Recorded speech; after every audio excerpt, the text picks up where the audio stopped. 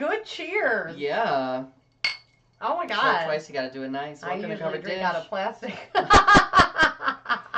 One of us is dressed for summer, and one of us is dressed for, what would we say? Lumberjacking in a library. Love that. Yeah, because it's kind of like chiffon-y. Yeah. Like you wouldn't actually lumberjack it, but maybe for like a book fair. Yeah, you know? handing out books. Handing out books, yes. And I like this shirt because these blocks are like those fancy letters in old books where like the first letter of the chapter is in that. Oh yes, very with like all the filigree and stuff. The curlicues. If you thought we weren't going to use the filigree in the first 30 seconds of Covered Dish, you would have been wrong. You're tuned into the wrong program. Which is, you can't be. So I wore this tonight in honor of Eileen's sunburn in 2023. This was her color. So if you look on the Instagram, which we have pulled up over here, which is why I'm pointing to your specific Instagram, what is you over can here. See, yeah. This was Eileen's color of her skin. You know what? That's so thoughtful of you. Mm-hmm. And I am wearing a high neck blouse. Yes. Because the effects of it are still seen to this day.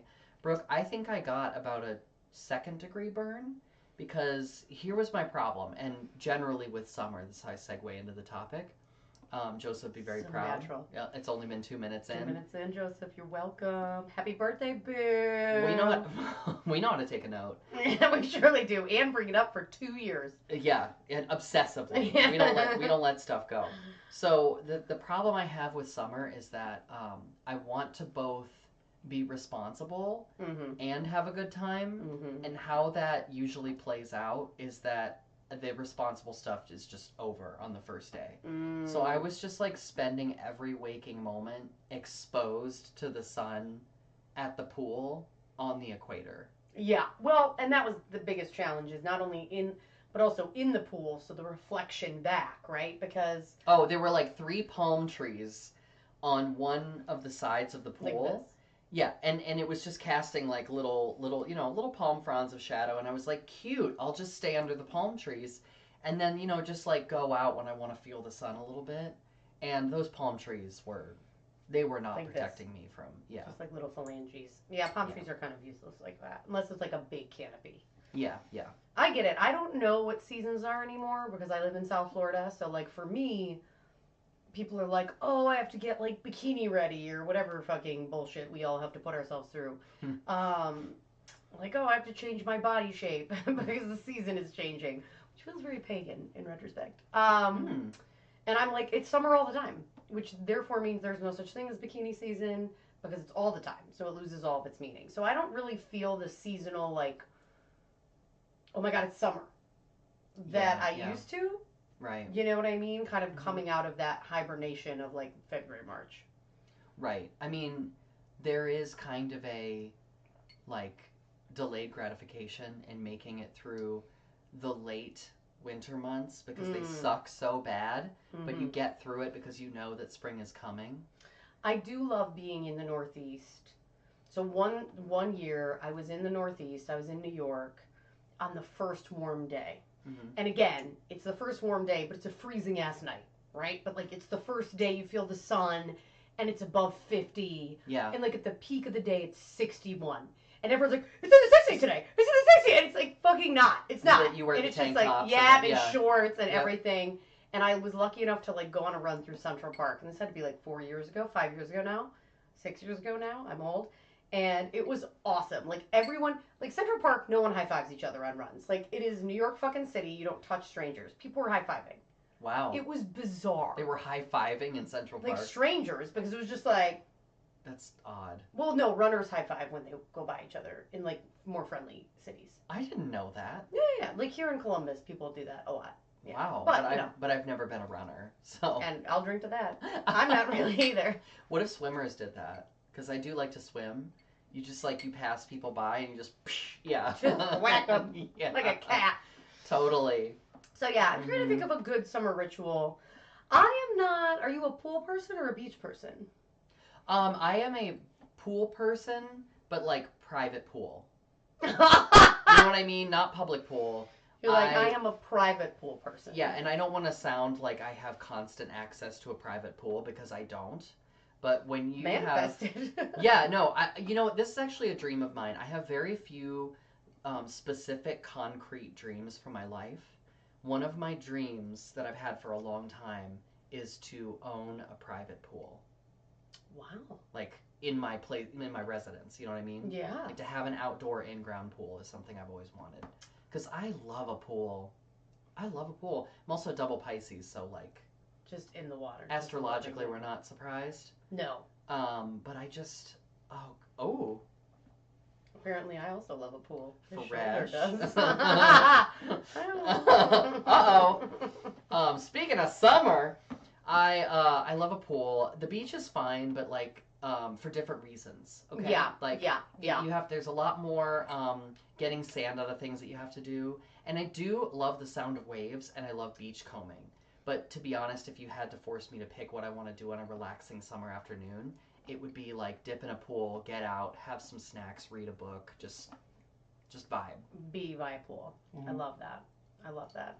Back in our early 20s, girl, we maintained questionable friendships for access to pools. I feel like that's a call out. Is that an invitation to tell a story? You don't have to tell a story. We both did it. Yeah. It was just a different time. Yeah. We couldn't, pay for a Marriott pass for a day. No. And I realized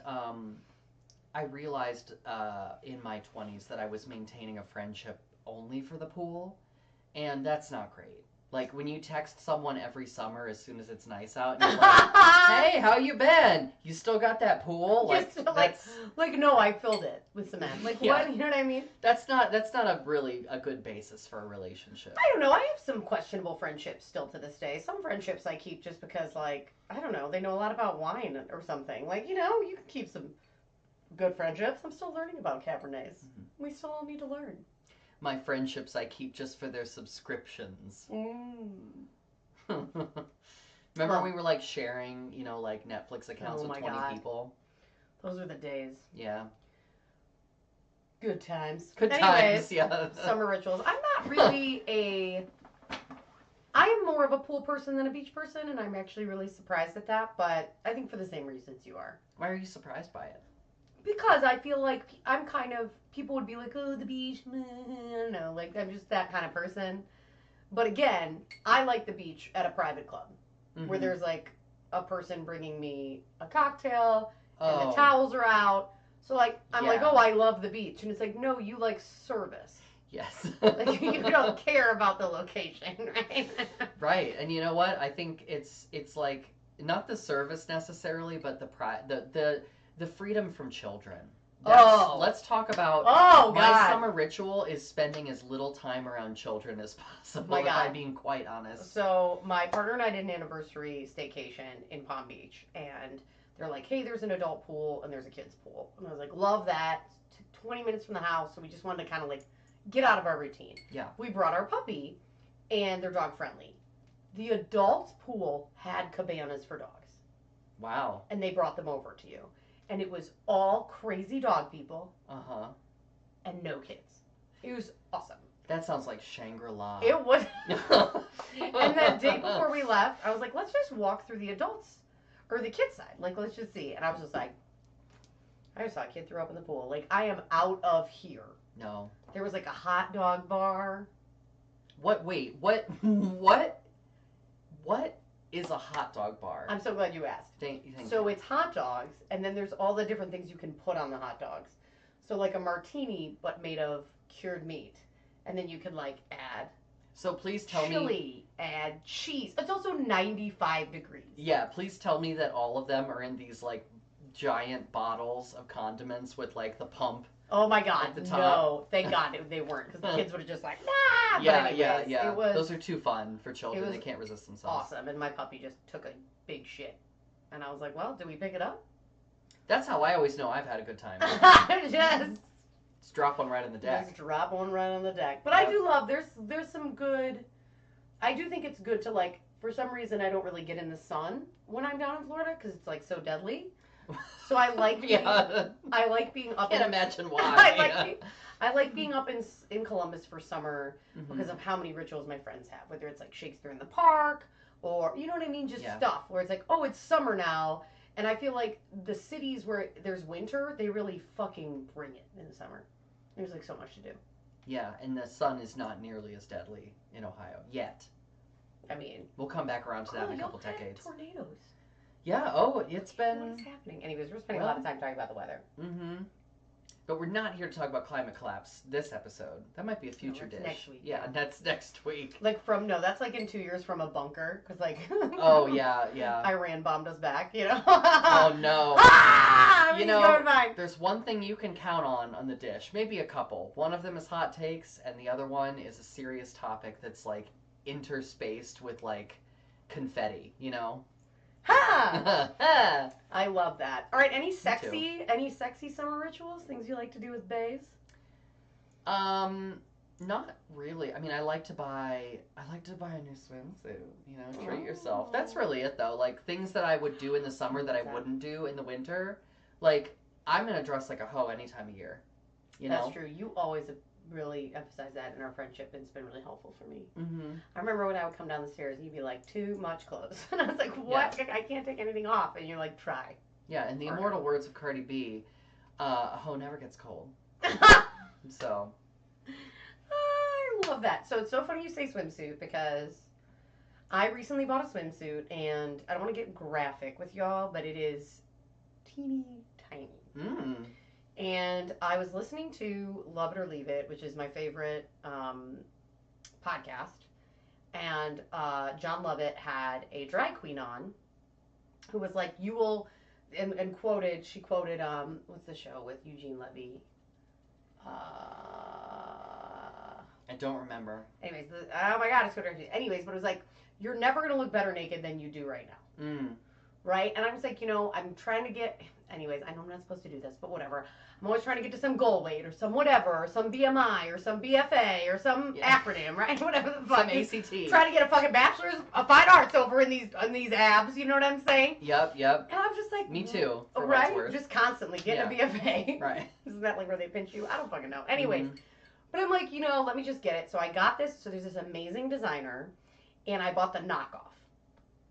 And it's like all these like pearls, and it's like super beautiful patterns, and there's like, it's bedazzled with like beads and shit. It's like embellishments. It's embellished, yeah. Yeah. And it is, when I say my poster is holding on by a sheer thread, I mean, we're talking, it could just be Nemo's bum fin out. You know what I mean? Remember that joke? I do. I love that joke. It's a great joke. You know what I mean? Just, girl, like you not got a booster. Well, that's what I call pennies. I don't know. Vagina seems fine and is accurate, but for this conversation, it's a booster. Yeah. Because it's not supposed to be sexy. No. I mean, no comment. Yeah, well, yeah. Well, so that's for off the record. That's for a late night dish. Mm-hmm. Anyway, so we just trying to tuck lips in at this point. So I was like, you know what? I'm going to wear this shit to the Dominican. Because you know what? I'm not getting any younger. I'm the thinnest I'll ever fucking be. I'm the sexiest I'll ever be. I'm 3 months from 40. Can you fucking believe I'm 3 months from 40? Oh my God, girl, not the age reveal. I'm just saying. Listen. And I was like, fuck it, let me just get it. Girl, when I say I walked around this resort, I felt like I was in a nude painting. And it was just this, like, all of my Catholic shit came up. All, like, my grandma used to say, women get burned here because they're not chaste. And when you show the skies this part of your skin, your punishment is burn. Wow. Just to the girls. Of course. That's some kind of like Catholic guilt retcon. It's a very familiar strategy. I mean, it's just Catholic guilt. Right? Yeah. But it's like, oh, that thing that happened because nature was your fault. And you're a woman.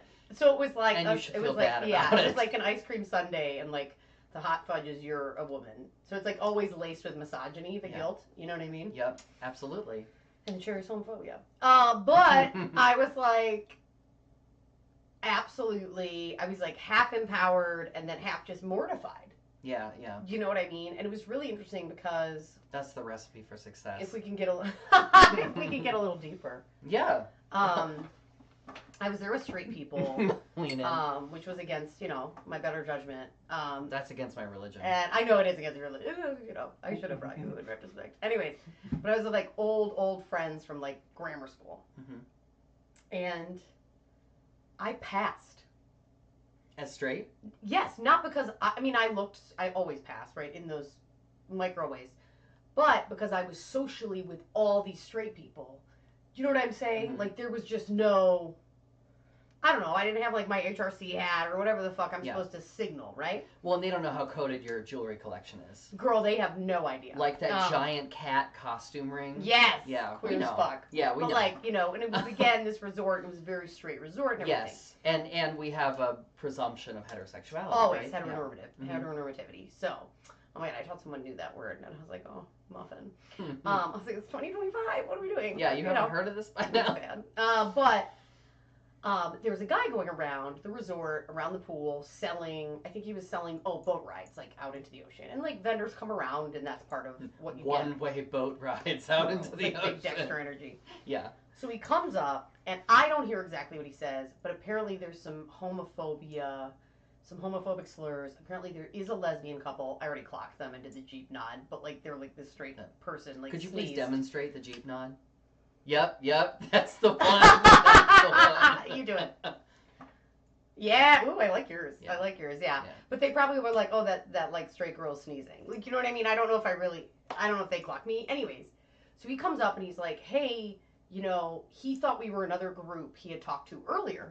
And he was like, hey, so just, those, I think he called them faggots, but I was like, they're women. But like, I don't know exactly what he said. And he was Brooke, like, we're live on the air. I mean, no, it's okay. Damn it! We're allowed to say that I wasn't word. calling anyone that. We're allowed to say that Anyways. word. You homos at home, you're allowed to say that word. Yep. Everyone else, don't touch it. Don't touch it. And shouts to my straight male white cis friend who was there, and he's just like, I don't know what you're talking about, and you have the wrong group. Like, we've never had this conversation. So there was another group, and we actually figured out who they were, and we overheard them talking about how they didn't believe in gay marriage, who wanted to go on the boat ride, but didn't want the lesbian couple who was also signed up to be on their boat ride. And I was just like, what the fuck is wrong with people? Like, how? I know. They're already here at the resort. They have passed the capitalism test, right? They paid the money for the experience, and, like, your discomfort with their existence is not their problem. That's your problem to deal with. It was like bananas. If you have a problem with the gay people that have signed up to the boat ride, you should take another boat ride. Yeah, or you should just get over yourself. Swim into the ocean. That's the one-way no boat tour. No boat. Just reverse aerial that shit and walk right into the ocean. Yeah. It was so weird. And I was just like, and shouts to all my straight friends, like super allies, and they were just like, and I was like, I was 3 Coco Locos in. They were so good, and they were out of coconuts. I was really trying to like lean into the tourist experience. I don't do that shit, but I was like, let me just do it. Let me just live my life, right? I love a drink served in half a or like a full coconut with a lid. Yeah, I was love like, that. let's just fucking do this, and they were so funny. So one of them like wouldn't tell me what he said, and the other one finally did, and it was just this like they were trying to protect me and also make sure I didn't file a complaint. But I was like, it's just one of those things where we're in the Caribbean, we were in the Dominican. There is a lot of anti-gay and anti-trans feelings in the Caribbean, and it's based on the colonial-based caste system that was forced on them through white supremacy. So I'm like, well, this isn't our people, homies. Like, we're all white here. So, like, you know what I mean? Like, we did this. Like, it's like the meme. Like, we're all trying to figure out the guy who did this, and it's technically our ancestors. Yeah. So I'm not gonna ruin this guy's livelihood over this. But like, acknowledge and understand that this is the shit that you're just trying to have a fucking vacation with your boo. Yeah. It was just really again in my moment of privilege because I wasn't wasn't really faced with it. It was an interesting moment of how to navigate this when I felt like I was in the closet. Do you ever feel that way? Yes, I do, actually. I don't know how, because I have a lavender Bixie, and that's pretty darn queer. But you at home, if you've ever wondered what it means when people say queer existence is political, this is exactly what we're talking about. Because your options are avoid the situation, which means you are now not going to have the experience. Right. When all that you did to merit this scrutiny from a homophobic person was exist in the same place that they are. Yep. So that's political, right? Like, we didn't have a choice about that. We just have to it's just happening now. Yeah. I don't feel like I'm in the closet as much anymore because I am, like, really annoyingly outspoken about it. Except if I feel like my physical well-being is threatened. Well, yeah, that's and then I'm like, oh no, I'm definitely in the closet as a matter of Girl. personal safety. Queer who? Where are they? Gonna try on some caftans in my closet. Literally. Yeah, I think there is, I don't know if you feel this way, but I think in the 90s, like, there wasn't as much of an emphasis of there was just like, it was like, come out, like, it was Harvey Milk, and then it was like, come out, right? Yeah, come out wherever you are. Like, fucking come out, or we're not going to change anything, and I totally get that, right? Yeah, yeah. But the more nuanced and I think important conversation to have in tandem with that is if you're safe. And whatever safety means to you, because it's like, hey, if you are financially reliant on someone who cannot know you're queer, and in late stage capitalism, I'm not judging that. Mm-hmm. Like, and I can't judge that. And there are people out there who will. And you just make the choice you got to make. Yeah.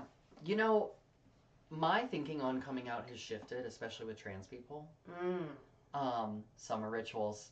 I'm still in this fucking pink tank top, so everyone shut up. We're still talking summer rituals. So right. What do you mean by that? Well, this is what we usually do. We have a very innocuous topic to draw people in, and then we, like, do the bait and switch, and it's like, trans politics! And guess what? Every time it's trans politics. Yeah, exactly. Yeah, so every time. So yeah, how has that shifted for you? That's really interesting. Well, it shifted for me because when I was, like 10 years ago, you know, things were different. People were less aware of trans people, and we were also much less targeted, like the way that we are now for being a political scapegoat. And so, like, I used to say, you know, I always respect someone who is in an area where they can't come out, or, you know, that their choice is that they just don't want to deal with it, and so they go stealth. But I feel like I am out. You know, I would try to personalize it. Yeah. I feel like I'm out because that's the way that we can be in spaces where we can have conversations about our own stories rather than other people talking about us. My thinking on that has shifted. Yeah. These days, I don't recommend that people come out because we're not safe. We're not safe, and things aren't great right now. So, like, I'm still choosing to be out because, like, going back in the closet after years and years of being an out adult, like, I just can't, you know? Like, I don't even know how to exist that way. Yeah, that muscle memory is gone. Yeah. In a good way, right? Like, what am I going to do? Like, dye my hair brown? Absolutely not. I'm not going to go back to my natural color. Which, by the way, is my color. Yeah. We are like twins when she has her natural hair color. You totally. wouldn't tell us apart. You put these glasses on, and it's Lindsay Lohan in The Parent Trap. Like... You know, I think that, but that is... I put these hoops on, you put these glasses on, yeah. Boom, you won't know who's who. I'll just send you home. Yeah. Which would be great. My puppy's a real bag of dicks right now. Yeah. If anyone would like a puppy, let me know. JK. He just cost me $1,500 in MedVet. I'm venting. Anyways, he's fine. He loves eating everything. He has a real fetish for historic baseboards. This is now just becoming an advertisement for a free dog. Yes, it is. A very cute free dog. He will chew your baseboards. No, but I think there is something to be said for understanding that, and I think, you know, we have so much, like, power and privilege in the white cis part of the movement, where we're just like, you gotta fucking fight, blah, blah, blah. It's like, you know what you can't fight if you're dead. Yeah. Like, that's the realness, and I think one of the things we learned in 2020, that I was yelling to people who were new to the movement, or new to any movement. I don't want to say there was just one movement in 2020, but as I'd been doing a lot of work in a particular type of advocacy, and then in 2020, the surge of advocates, right, rose, and that's amazing. Yeah. But people were losing themselves in the fight.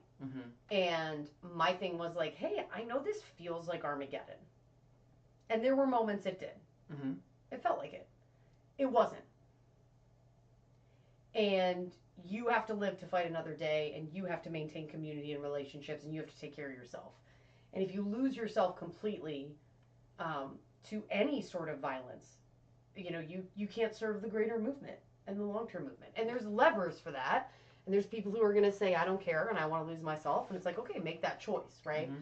But for especially folks who are at those intersections of queerness, of transness, of blackness, of being, I know BIPOC's kind of out of Is it really? date a little bit. I don't know. I'm not really sure, but BIPOC, Mm-hmm. black, brown, indigenous, immigrant, whatever your intersection is, Yeah. survival is the most important thing.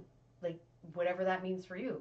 Yeah, agreed. I mean, we need, speaking specifically to trans people, we need you in this world, right? And so that's why I'm like, this time sucks. It's not going to last forever. And I would prefer that you come out of it on the other side, having survived, Yeah.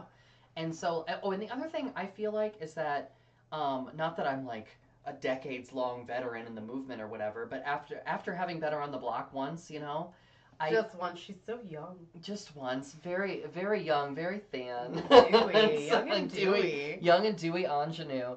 That I think that's still in the running for a potential screen name or a tagline or something. Absolutely. It was going to be the name of this podcast. Yeah. It was gonna be the name of this podcast. But my advice for anybody who is like feeling fresh in the fight and they're fired up, you know what I mean? They want to do all the things. I believe that if you are plugged into the movement, it is normal for you to feel like you're not doing enough at all times. Right, because that's what our like productivity society has taught us, right? Yeah, it always demands more of us. Yeah. And here's the thing, our individual contributions are never going to solve systemic problems. Right. Like, we are not personally going to end racism. We're not personally going to end transphobia. And so, like, I will always feel like, no matter how much shit I'm doing, it never feels like it's enough. And that's okay. Like, the personal work we have to do is becoming okay with the fact that this movement is much bigger than just us. It started before us. Justice isn't just us. Isn't just us. Thank you, and we invented that. No. We didn't. No, we surely We're didn't. roasting a nonprofit leader. Anyways, who's retired? So I have good news. Okay. I have like a piece of good news, and I want to leave on good news. Please do. So I love that. my hometown, which I don't talk a lot about here, is Buffalo, New York, and I have gotten actual advice from season ticket holders, Buffalo Bills season ticket holders, to not bring my wife to a tailgate because of what we would experience. Really? In 2025. So I'm just, and honest. Wow. The racism and homophobia in Buffalo, New York is still very present and with us.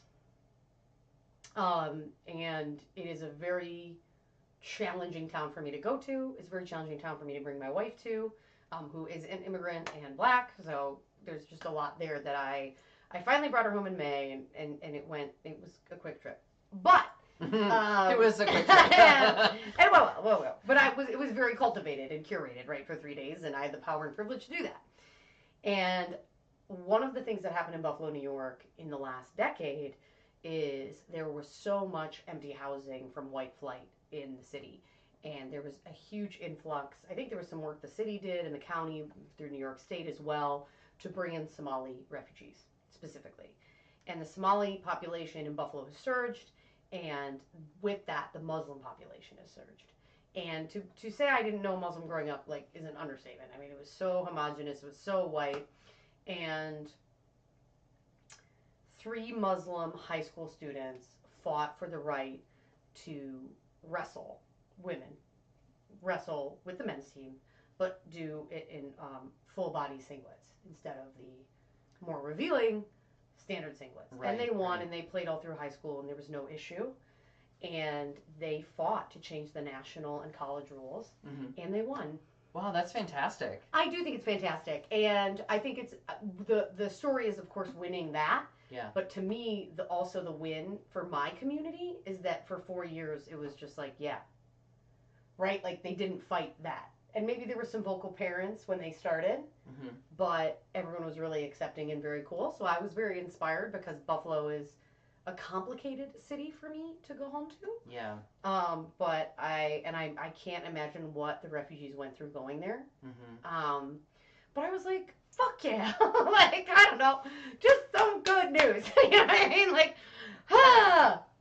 It is good to remember that these times might be dark in this grand scheme of things, but there are so many people at all levels doing great work. And, I just want to say to all of you at home that you should also keep up the great work, and we're in this together. And wear sunscreen. Because we will outlast the night, but we will also outlast the day as long as we do not stay in the pool 24/7 for 4 days on the equator. Unbelievable. I learned that lesson the hard way. But she looks so cute. Go to our Instagram and like it, and comment below or message us directly if there's a topic you want us to cover. Thank you for joining us. Also, a quick note, Teddy's back. It's been about 2 years. We're excited to see him. We're excited to be back in a room with Audubon paintings and Teddy. We finally patched the ceiling, which is why I was stuck in a hallway for a year. Thank you for contributing to my GoFundMe to patch the ceiling. Love y'all. Love you. See you next time. Bye.